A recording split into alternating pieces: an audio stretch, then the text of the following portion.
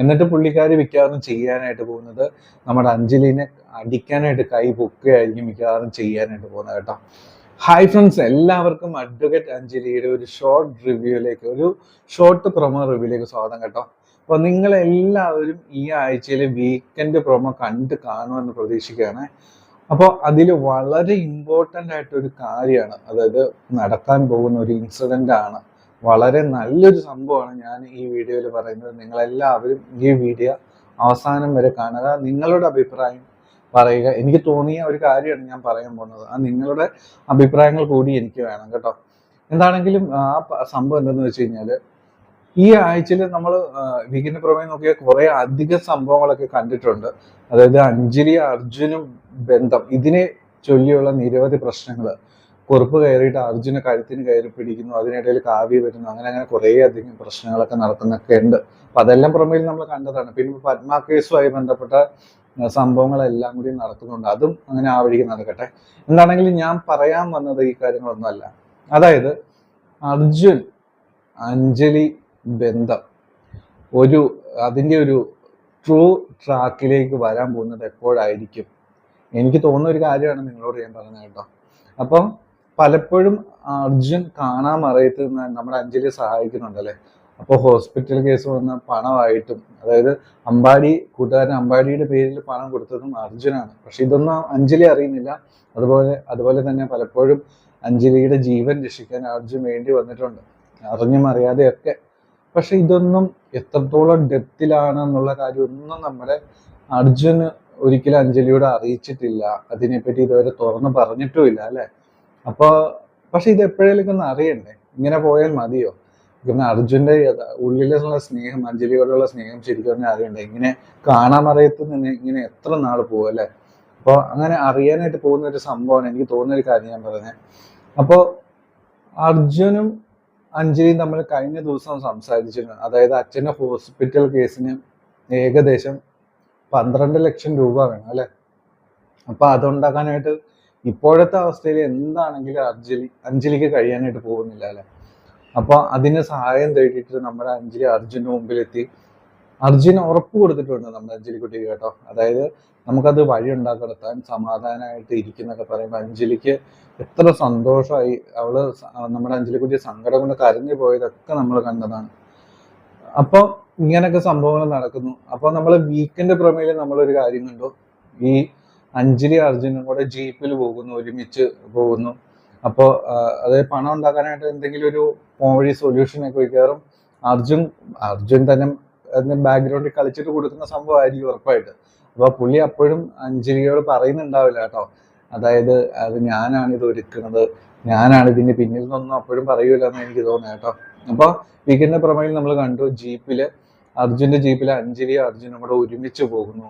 അവര് തമ്മിൽ സംസാരിക്കുന്നു, കണ്ണുകൾ തമ്മിലൊരു കണക്ഷൻ ഉണ്ടാവുന്നു. അതൊക്കെ പ്രൊമോയിൽ നമുക്ക് വ്യക്തമായിട്ട് കണ്ടതാണ് കേട്ടോ. അപ്പൊ പൈസ കണ്ടെത്താനുള്ള സംഭവം വഴിയൊക്കെയാണ് പോകുന്നത്.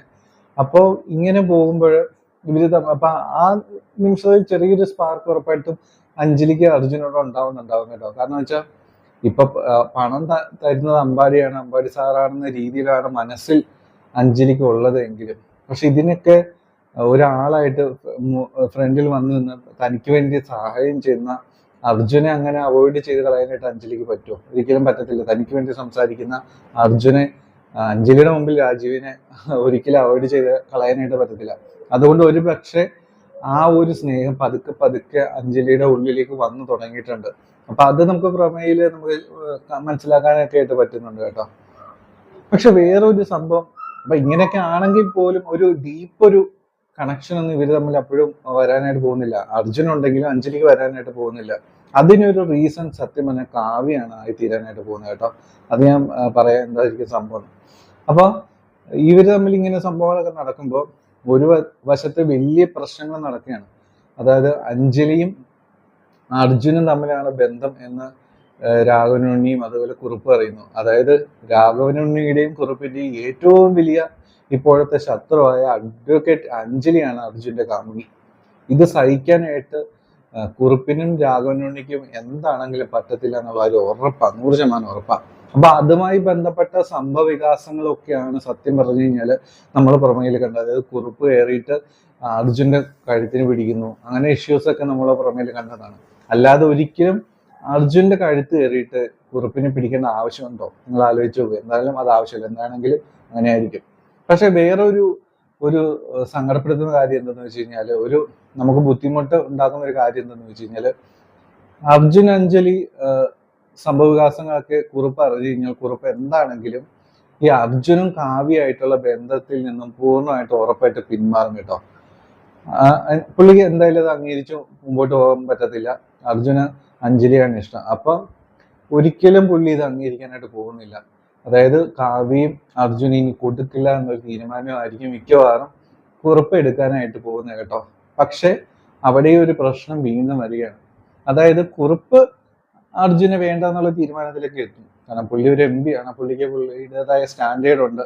നമുക്കറിയാം പത്മ കേസിൽ പോലും പ്രശ്നങ്ങൾ ഉണ്ടായ സമയത്ത് രാഘവനുണിയായിട്ട് ഒരു ബന്ധമില്ല എന്ന് അറുത്തു മുറിച്ച് പറഞ്ഞൊരു വ്യക്തിയാണ് ഈ കുറിപ്പ് എന്ന് പറയുന്ന ആള്.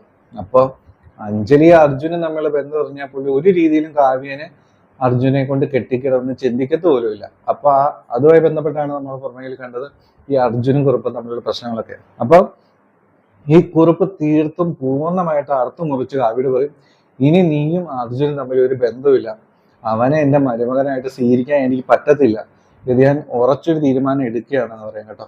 അപ്പൊ അങ്ങനെയെല്ലാം പറഞ്ഞു കഴിയുമ്പോഴും അപ്പോഴും പ്രശ്നം എന്തെന്ന് വെച്ചാൽ, അഞ്ജലിക്ക് അർജുനും പ്രശ്നം എന്തെന്ന് വെച്ചാൽ, നമുക്കത് സന്തോഷമുള്ള കാര്യമാണ് കാവ്യ അർജുനും തമ്മിൽ ബന്ധം വേണ്ട, അത് നമുക്ക് സന്തോഷമുള്ള ഒരു കാര്യമാണ്. പക്ഷേ കാവ്യക്ക് അത് സന്തോഷമുള്ള കാര്യമല്ല.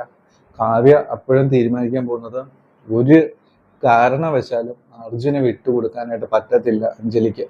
അപ്പൊ പുള്ളിക്കാരി അങ്ങനെ ഒരു മൈൻഡ് സെറ്റോട് കൂടിയിട്ടായിരിക്കും ഇനിയുള്ള ദിവസങ്ങളൊക്കെ പെരുമാറാനായിട്ട് പോകുന്നത്. അപ്പോഴാണ് ഞാൻ പറഞ്ഞ ആ സംഭവം വരാനായിട്ട് പോകുന്നത് കേട്ടോ.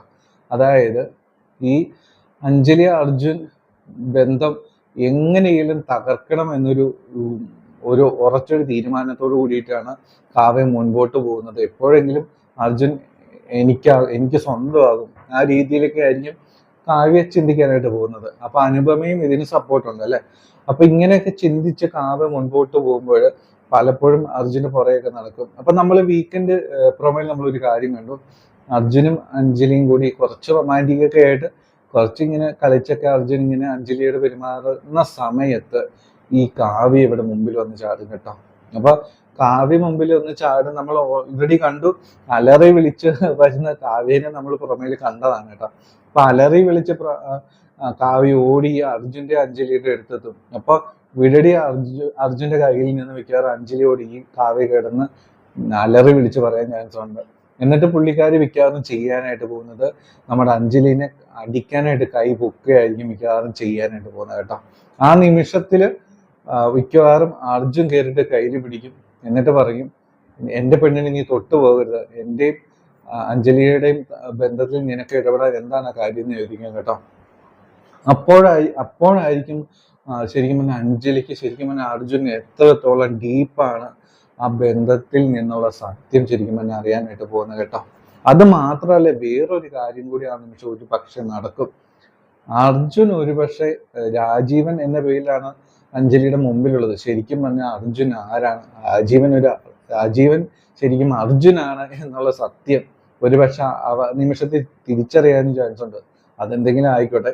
പക്ഷെ എന്താണെങ്കിലും ഈ കാവ്യ വന്ന് ഇടപെട്ട് കഴിയുമ്പോൾ അർജുൻ്റെ ആ ഒരു പെരുമാറ്റമാണ് ശരിക്കും പറഞ്ഞാൽ അഞ്ജലിയിൽ ഏറ്റവും കൂടുതൽ ആഴത്തിൽ ആ പ്രണയം അടിച്ചേൽപ്പിക്കാനായിട്ട് പോകുന്നത് കേട്ടോ. അപ്പോൾ അർജുൻ്റെ ആ പെരുമാറ്റം ശരിക്കും പറഞ്ഞാൽ അഞ്ജലിയെ ഞെട്ടിച്ചു കളയും.